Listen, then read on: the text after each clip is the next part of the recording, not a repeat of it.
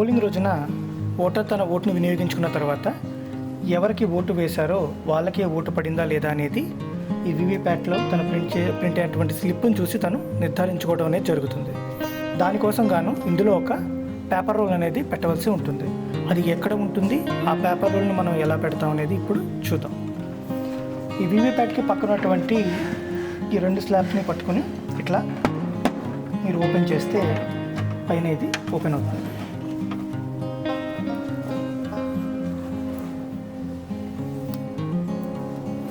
ఇప్పుడు మీకు ఇది ఒక స్టాండర్డ్ పేపర్ రోల్ అండి.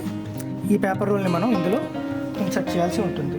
మీకు ఇక్కడ ఉన్నటువంటి ఈ రోల్ని తీసి ఈ పేపర్ రోల్ మధ్యలో పెట్టి మీరు దాన్ని యథాస్థానంలో పెడతారు. పెట్టిన తర్వాత ఈ కింద మీకు ఇక్కడ ఒక ఇన్సర్టింగ్ పాయింట్ కనిపిస్తుంది. ఈ లోపలికి మీరు ఈ పేపర్ స్లిప్ని పెట్టవలసి ఉంటుంది. మీరు అలా కొంత దూరం పెట్టిన తర్వాత, కొంత లోపలికి పెట్టిన తర్వాత మీకు ఈ పక్కన ఒక నాబ్ అనేది ఉంటుందండి.